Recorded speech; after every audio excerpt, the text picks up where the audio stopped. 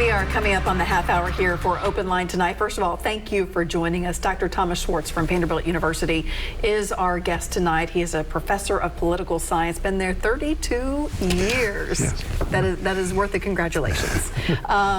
We're talking about all things politics from here at home to around the world. They really do all mix together. But first, we have Linda on the line, our first caller tonight. Linda, thanks for being with us.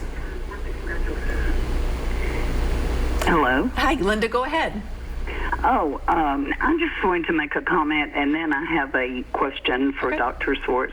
Trump has committed so many crimes, and he's even made comments like he could kill someone, you know, on the street of New York City and get away with it. And I don't understand why his followers keep sending him money. He got several $100 million on his so-called defense fund that his followers sent him. And my question is, do you think he'll be convicted of any of these crimes that he's committed? And they're in Georgia and everywhere else? All right, Linda, I'm going to hang up so you can listen to your TV for the answer, but that's a great question. What are your thoughts? I don't think so. I think the problem of actually convicting an ex-president, you may get, the government may take him into court on something like this, and it is possible that they could claim a violation of security of secrecy in the Presidential Records Act. I can't see that actually leading to a criminal prosecution. I think the Department of Justice, unless it would have to have something ironclad in order to go after an ex-president and try to get a criminal conviction. I just think, even though, I mean, Trump has certainly in so many ways violated norms of behavior of presidents, an actual criminal violation is tough. Because even January 6th, as much as he played a role in that, he can also point to the fact that in the speech he said we should march peacefully to the Capitol. So is it beyond reasonable doubt that he played a role in inciting the riot? Well, I think most people would say he played a role. He certainly incited the group. But I think to convict him of crime, I think will be very difficult. I think ultimately this is something in public opinion more than anything else. It's demonstrating that. Do you think the DOJ believes, though, that he has committed a crime that should be punished? Because this is a lot to go through if they don't. I think they do. I just don't think that they're going to be able to convince ultimately the Attorney General to go ahead with a prosecution. I might be wrong on this.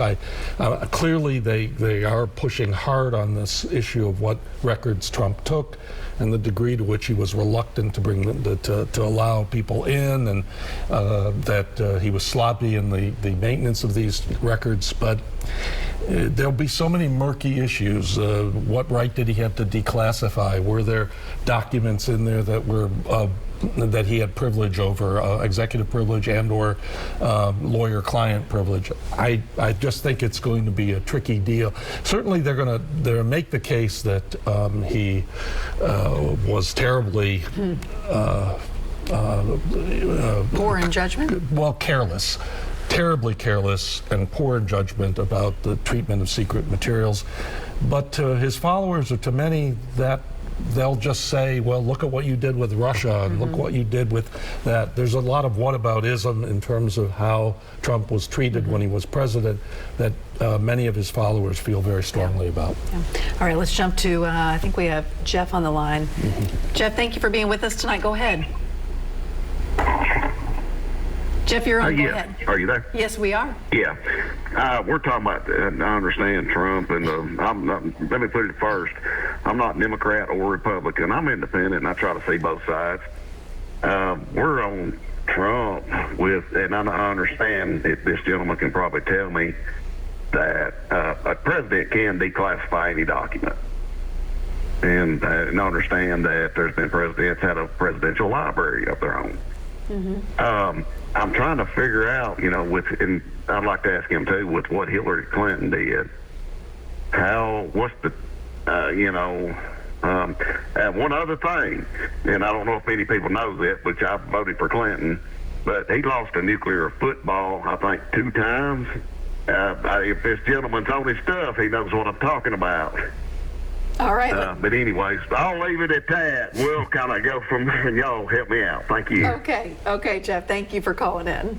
Well, presidents can declassify documents. There is a procedure that they're supposed to go through, but it's certainly the case that before the Presidential Records Act, before Richard Nixon really, presidents would oftentimes bring classified documents. That was part of the presidential library. They had this material, and there was not. The Presidential Records Act changed that in 1978-9.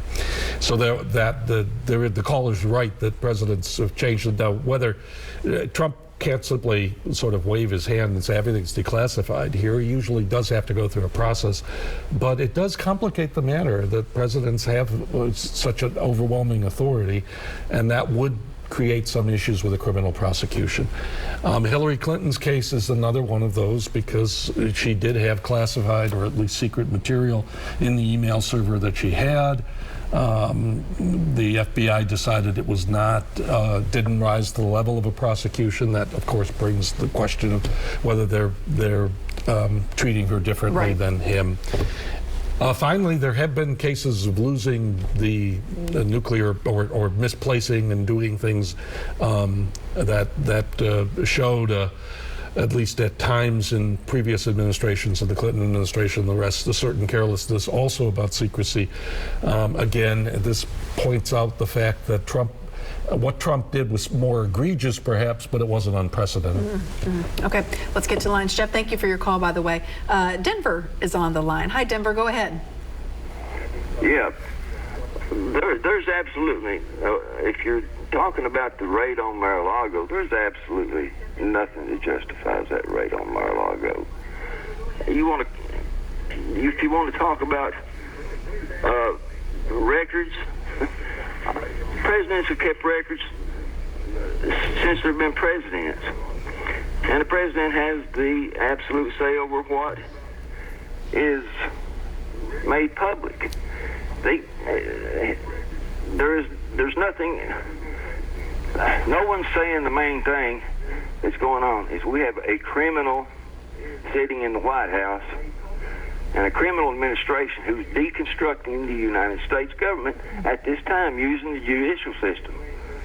And that's exactly what's going on. Benjamin Franklin said, if this ever occurred, we were supposed to revolt. They called January 1st an insurrection, specifically to use that language so they could turn the judicial system against the American citizens. They are making war against the Republican Party. Everyone who's not on their side.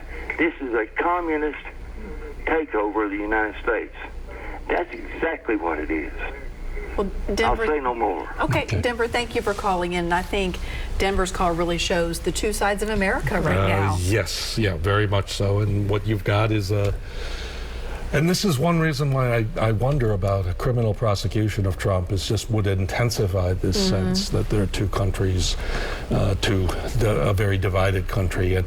And certainly, the president is trying to also attack MAGA Republicans, but many Republicans feel like his attack is more than just those who are with Trump, that he's attacking them on issues that there are, when he classifies in MAGA Republicans some of the more contested issues that Republicans believe, they think that he is saying that if you're not a Democrat, then you're not a loyal American. So this is not unusual. This is, in American history, political rhetoric has occasionally been this intense. As I was mentioning to you before, in the 1790s, both sides accused the other of wanting to destroy the country and wanting, on the one hand, to turn it into a monarchy, and the other hand, turn it to the French Revolution. We have gone through this before. We went through it with the fears about communism in the 50s. We've gone through it in different times. Hopefully we'll get past it. It probably will require real change in leadership, maybe a generational shift to a younger group of politicians on both sides, without these vested issues that they believe passionately, and a movement away from either Trump's leadership in the Democratic Party or where Biden has taken Trump in the Republican Party, or where Biden has taken the Democrats. Yeah. Just hope it doesn't take a monumental event. You know, we just passed September 11th, and our country came together after September 11th in real unity for a really long time. And I thought yesterday, I wonder what would happen if this happened again. How would we react as a nation? And I don't think it would be the same. No, it would not. I don't think. I think right now it would not be the same type of reaction because of the polarization that exists. We were not. There was polarization in 2001, but it wasn't at this scale. No. So Let's get back to the phone lines here. James is on the line. Hi, James. Oh. Hi there. I'm still here. Yes, the floor is yours. Go ahead. Can you hear? Yes, go ahead, James. You're on. You got to probably turn down that TV and just listen to your phone. Okay, it's probably about. Yeah, go ahead, James. Hello, yes. My question and output is because so much is going on now in the United States, and whether it's a Democrat or whether it's a Republican, what they should do is get together and look out for the better and the benefit for the United States, and stop going back and forth over something about they know is absolutely incorrect. I served in the military for 21 years, and my commanding chief should know better than that, you know. And I'm finished. I'm gonna listen to what we say. Well, James, thank you, first of all, for your service. We do appreciate that. Again, this is showing how passionate people are right now. Well, you know, the problem is, I think we do want greater unity. I mean, our country is structured in a way that we don't. We're always going to have disagreement. But I think what James is getting at is the feeling that now no one is looking out for the whole country. That's right. There's just not. None of our institutions seem to be able to bridge that partisanship. And that's the thing that I think is particularly intensely felt now, and that you know, for a time it was felt the military itself was that institution, but even the military has faced issues more recently, although it still occupies a higher level of respect than most institutions. But I do think this yearning for some sort of a unifying symbol or event is certainly a powerful thing in the country as a whole, and I think rightly thought about, the right politician or maybe a new face in the crowd might be able to tap into that. And actually, we haven't had a third party for a long time, but you know, something like that would be interesting. And I know there have been attempts to try and get something like that going, but it hasn't gotten off the ground. You know, this is not news to anybody, but aside from President Trump, we elect presidents who have been through the system for decades and decades and are a part of just the political machine in this country. So it's like, how do you expect something different? Well, sometimes you get something shakes up. You get an outside event like 9/11 or something else that sort of just begins to alter the political system. A third party or some type of a challenge to the system might have some effect on that. It might not win, but it might also then push the parties more toward the center, which they have been, as both of them move more toward their own base. And we also have to look at who's turning out to vote in these elections. True enough, yes. I mean, it is older Americans by far. That young vote is always lacking. It maybe has taken a bit of a bump up in the most recent elections, but it's so small. Yeah. No, it is. I mean, there is the old line that voters get what they vote for. Exactly. And there is one of the things that is the case is that politicians have figured that elections seem to be based on turning out the base rather than appealing to the middle, and that does increase the polarization. The midterms could be interesting in that regard. Then again, they might simply intensify the division in the country. I want to take a quick break, but when we come back, let's talk more about the midterms because it could be interesting. Yeah. So stay with us. We appreciate your calls. Keep them coming. 615-737+.